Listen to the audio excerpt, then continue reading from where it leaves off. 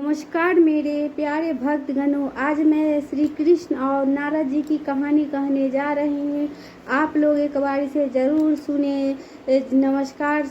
जय हिंद, जय भारत। एक बार देवरस ऋषि नारद के मन में आया कि भगवान के पास बहुत महल आदि है, एक आधा हमको भी दे दे तो यही आराम से टिक जाए, नहीं तो इधर उधर घूमते रहना पड़ता है। भगवान के द्वारिका में बहुत महल थे। नारद जी ने भगवान से कहा, भगवान आपके बहुत महल है, एक हमको दे दो तो हम भी आराम से रह सकते हैं। आपके यहाँ खाने पीने का इंतजाम अच्छा ही है। भगवान ने सोचा कि यह मेरा भक्त है, विरक्त सन्यासी है, अगर यह कहीं राशि ठाट में रहने लगा तो थोड़े दिन में ही इसकी सारी विरक्ति भक्ति निकल जाएगी। अगर हम सीधा न करेंगे तो बुरा मान जाएगा, लड़ाई झगड़ा करेगा। इतने महल है और एक भी महल नहीं दे रहे हैं। भगवान ने चतुराई से काम लिया। नारद से कहा, जाकर देख ले, जिस मकान में जगह खाली है मिले वही तेरे नाम कर देंगे। नारद जी के वहाँ से चले गए।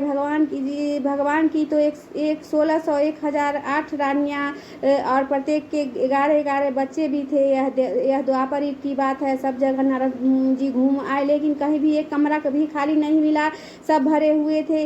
आकर भगवान से कहा, वहाँ कोई जगह खाली नहीं मिली। भगवान ने कहा, फिर क्या करूँ, होता तो तुमको दे देता। नारद जी के मन में आया कि यह तो भगवान ने मेरे साथ धोखाधड़ी की है, नहीं तो कुछ न कुछ करके किसी को इधर उधर शिफ्ट कराकर खिसका कर एक कमरा तो दे ही सकते थे। इन्होंने मेरे साथ धोखा किया है, अब तो मैं इन्हें मजा चखा कर छोड़ूंगा। नारद जी रुक्मिणी जी के पास पहुंचे। रुक्मिणी जी ने नारद जी की आप भगत की बड़े प्रेम से रखा। उन दिनों भगवान सत्यभामा जी के यहाँ रहते थे। एक आध दिन बीता तो नारद जी ने उनको दान की कथा सुनाई।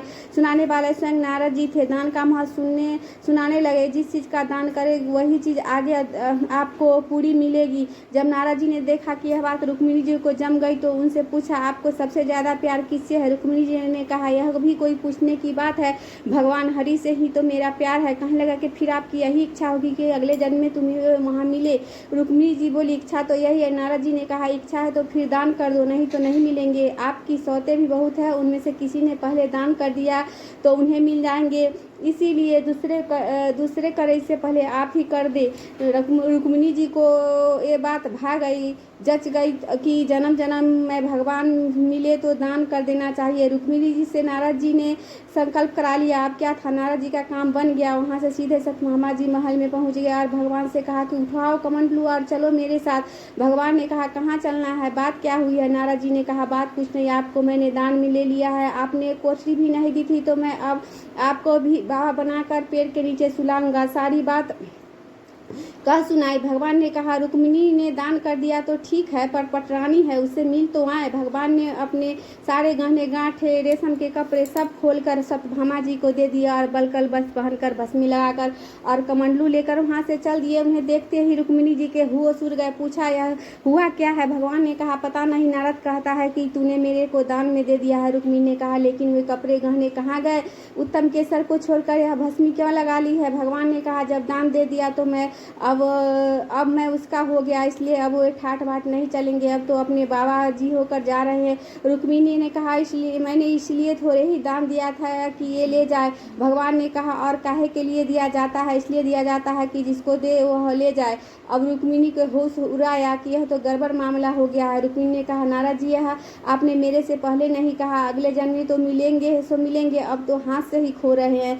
नारद जी ने कहा, अब जो हो गया से हो गया, अब मैं ले जाऊंगा। रुक्मिणी जी बहुत रोने लगी। अब तक हल्ला गुल्ला मचा और सब रानियां वहाँ इकट्ठी हो गई। सत्यभामा जाम्बवती सब समझदार थी। उन्होंने कहा, भगवान एक रुक्मिणी के पति थोड़े ही हैं, इसलिए रुक्मिणी को सर्वथा दान करने का अधिकार नहीं हो सकता, हम लोगों का भी अधिकार है। नारद जी ने यह सोचा तो यह तो घपला हो गया। कहने लगे, क्या भगवान के टुकड़े कराओगे? तब तो 16,108 हिस्से होंगे।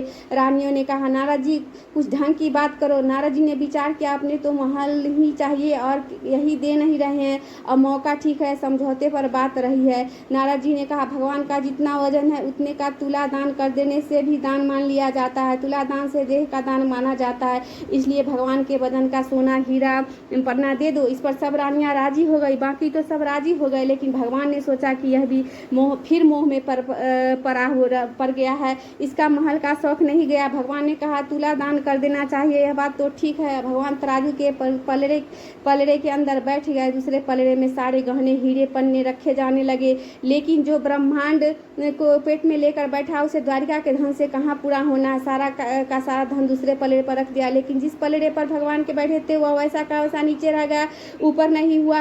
नारद जी ने कहा देख लो तुला तो बराबर नहीं हो रहा, अब मैं भगवान को कैसे ले जाऊंगा। सब कहने लगे अरे कोई उपाय बता। नारद जी ने कहा और कोई उपाय नहीं है। सब लोगों ने अपने अपने हीरे पन्ने लाकर डाल दिए, लेकिन उनसे क्या होना था। त्रिलोकी का भार लेकर बैठ गए। नारद जी ने अपने को अच्छा चेला मिला है, बढ़िया काम हो गया। उधर औरतें सब चीख रही थी। नारद जी प्रसन्नता के मारे उधर टहलने लगे। भगवान ने धीरे से रुक्मिणी से कहा कुछ तो ढंग निकालिए, आप इतना भार लेकर बैठ गए हैं, हम लोग का क्या होगा। भगवान ने कहा ये सब हीरे पन्ने निकाल दो, नहीं तो बाबा जी का मान नहीं रहे। सब निकाल के तुलसी का एक पत्ता, एक सोने का छोटा सा टुकड़ा रख दो, तुम लोग काम हो जाएगा। रुक्मिणी सबसे कहा कि यही नहीं हो रहा है, सब सामान हटाओ। सारा सामान हटा दिया और एक छोटे सोने के पल्ले पर तुलसी का पत्ता रखा। भगवान के वजन के बराबर हुआ। सबने नारद से कहा ले जाओ तुला दान।